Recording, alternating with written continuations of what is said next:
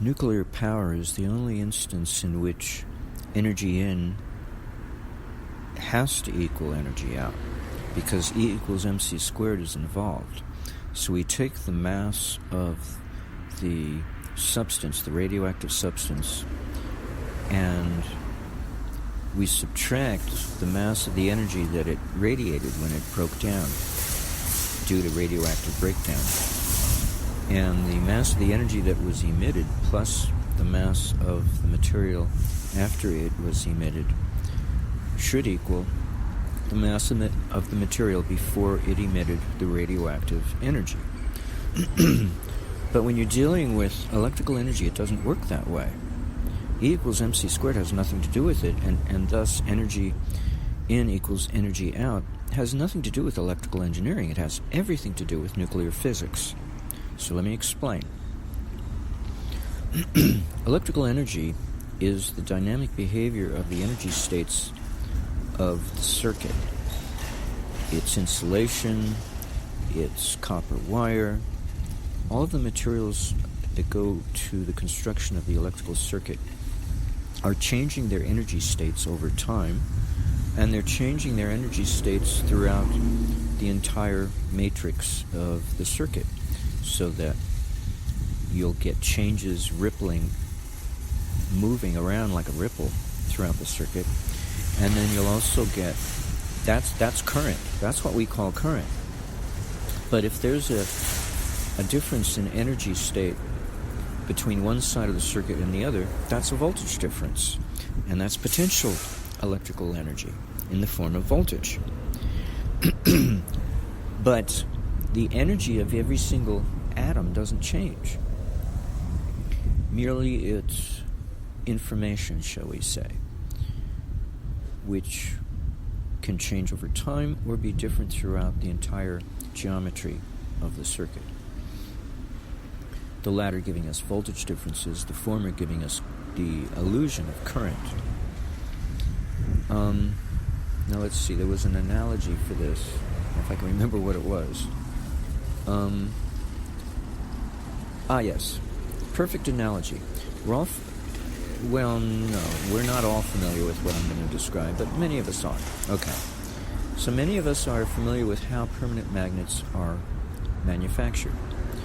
You take a bar of iron, you put it in a strong magnetic field, you heat it up so that the molecules of iron are free to move around, and they reorient themselves so that their little north poles and little south poles are all lined up.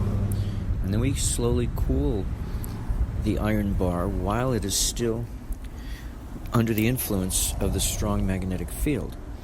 And once it gets down to room temperature, we've got ourselves a permanent magnet in which no energy has been put into the bar of iron, but we did use magnetic energy to reorient the molecules of iron in the bar of iron so that they don't cancel each other anymore and give us a net magnetic field of zero because of their random orientation. Well, this is exactly the right analogy to view a circuit. And when we look at energy in the circuit this correct way, we'll understand why free energy is possible, because all we're doing is telling the circuit to behave differently. We're not putting energy in, and we're not taking energy out. So there's nothing to do with energy in equals energy out. It doesn't apply anymore. So like the bar of iron, if we have a voltage difference across the circuit, we've got potential energy in the form of voltage.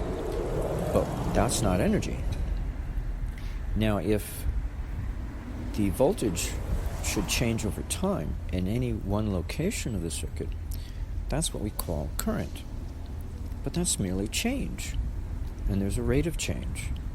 And then that rate of change, and also combined with the number of atoms that are undergoing that rate of change, gives us the intensity of current, measured in amperes. But that's it. That's all it amounts to. So this is really the correct way to look at energy. Now, what that means is that if an energy state changes more rapidly.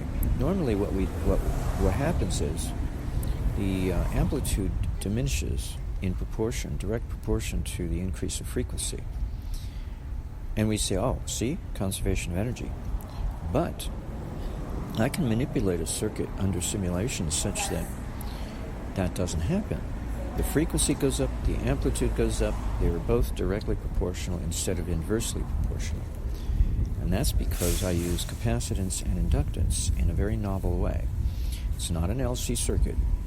It's an LLCC circuit, because I have at least 2 inductors and 2 capacitors in which the inductance of one component modifies the field of inductance of the other component and vice versa. And the capacitance of one capacitor modifies the field of capacitance of the other and vice versa. So although the components themselves are static in their parameters of capacitance and inductance, their field parameters are not. Their fields can change at any time and become very intense or very weak. And by manipulating the fields, by having them in pairs, at least a minimum of 2, you can have more, but the influence, the benefit drops off the more you add. So 2 is pretty good, it's the minimum. Then you can get a manipulation of the energy state, because all you're manipulating is information. It has nothing to do with energy, insofar as the energy that we're familiar with in nuclear power. This is totally different. Electrical energy is inside all the materials of construction of the circuit, and it never leaves and it never enters. It's always there. The only time it left was when we smelted the copper ore to create pure copper metal. That's when the energy left, some energy, because it was tied to the, the dross part of the copper ore that we don't want. So if the ore in question is copper sulfate, we can't get electrical properties out of that. There's chemical properties, but not electrical insofar as an electrical circuit is concerned. So we remove the sulfate ion, and that takes some of the electrical energy with it. And now we've got copper depleted in energy, sharing its depletion with other copper atoms, creating a bond, a metallic bond that holds them all together. But we've literally taken energy away. So now people think, oh, well, that means we got to pump energy in. No, because if you did, it would stay there. You're still not pumping it in. You're simply changing the energy states of the copper wire. That's all you're doing. And by this token, it's possible to change the energy states of a circuit such that it does more work with less energy, making it look like there's more energy there when in fact there's less energy there, not more, because it's continuously, you're losing energy, due to entropy. But what is the energy? What are we losing? We're losing information, that's all. So if we have the input information suffering loss due to its degeneration, yeah, that's entropy. But that's not loss of energy.